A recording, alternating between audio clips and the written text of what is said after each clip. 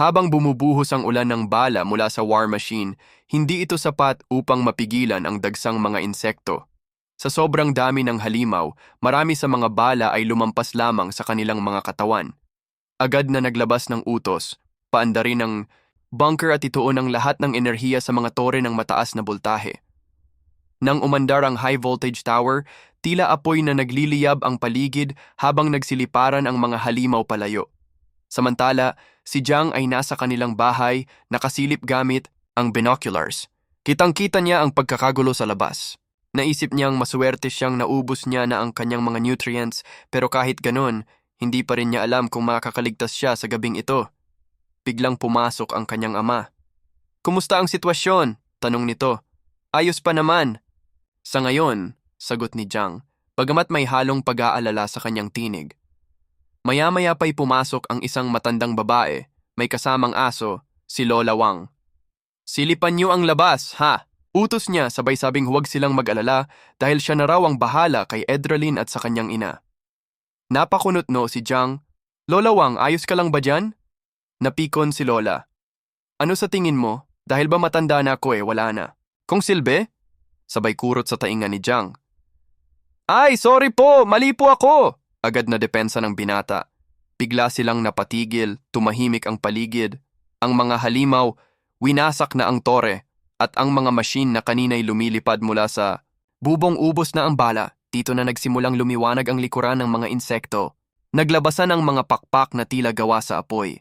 Isa-isa silang lumipad, mga mutated flaming black beetles. Agad na kinilala ng ama ni Jiang ang panganib. Lumilipad na sila. Ito na ang problema natin. Kumuha agad siya ng mga baril mula sa rack. "Jiang, tipirin mo ang bala. Pumutok ka lang pag malapit na sila." Tumango si Jiang. Naalarma ang buong lugar. Mula sa mga bintana, naglabasan ang mga baril ng mga residente. Ngunit karamihan ng bala, tumatalbog lamang sa matitigas na balat ng mga halimaw. Sobrang tibay nila, bulong ng ama ni Jiang. "Swertehan na lang to." Kinakabahan si Jiang. "Ganito na lang ba? Ang daming mamamatay."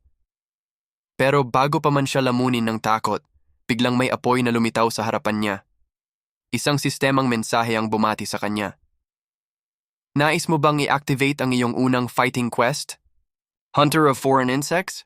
Layunin, patayin ang Flaming Black Beetles. Gantimpala, 1,500 contribution points at pagpapataas ng alinmang basic skill." Hindi na nagdalawang isip si Jiang. Activate. Tinapat niya ang baril sa bintana, nag-activate ng basic gun technique at unto. Ipinutok ang gatilyo. "Takot ka ba?" tanong ni Lola Wang sabay tapik sa balikat ni Jiang. "Gusto mo ako na lang?" Hindi siya pinansin ni Jiang. Isa, dalawa, tatlong putok, dere-derecho. Tatlong bala, tatlong shell, at isang halimaw ang bumagsak mula sa langit. 1.1 contribution points. Gun skill proficiency, 25%. "Hindi ka na rin pala masama," ani Lola Wang sabay batok kay Jiang. "Halos ka-level mo na ang lolo mo nung nabubuhay pa," ngumiti si Jiang. "Lola, ikaw talaga ang paborito ko, pero inis na inis siya. Kung hindi mo lang ako ginulo, baka napasabog ko pa ng diretso yung halimaw na yon." Tuloy-tuloy ang putukan. Tumataas ang puntos niya. Tumatalas ang kanyang kasanayan. Habang nagpaputok siya, naramdaman niyang bumabalik ang gun instinct niya mula sa dati niyang buhay.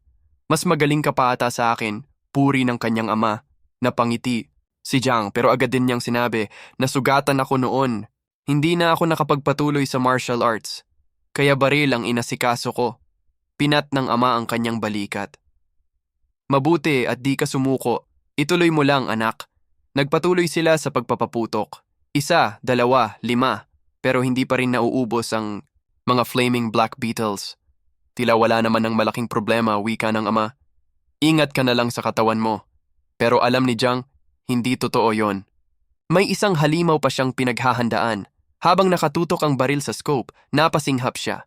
May isang malaking flaming black beetle na may maitim na aura. Lumilipad ito sa ere. Naglalabas ng nakakakilabot na enerhiya. Dito na siya. Kinilabutan. Ito na ang tunay na halimaw na kinatatakutan niya.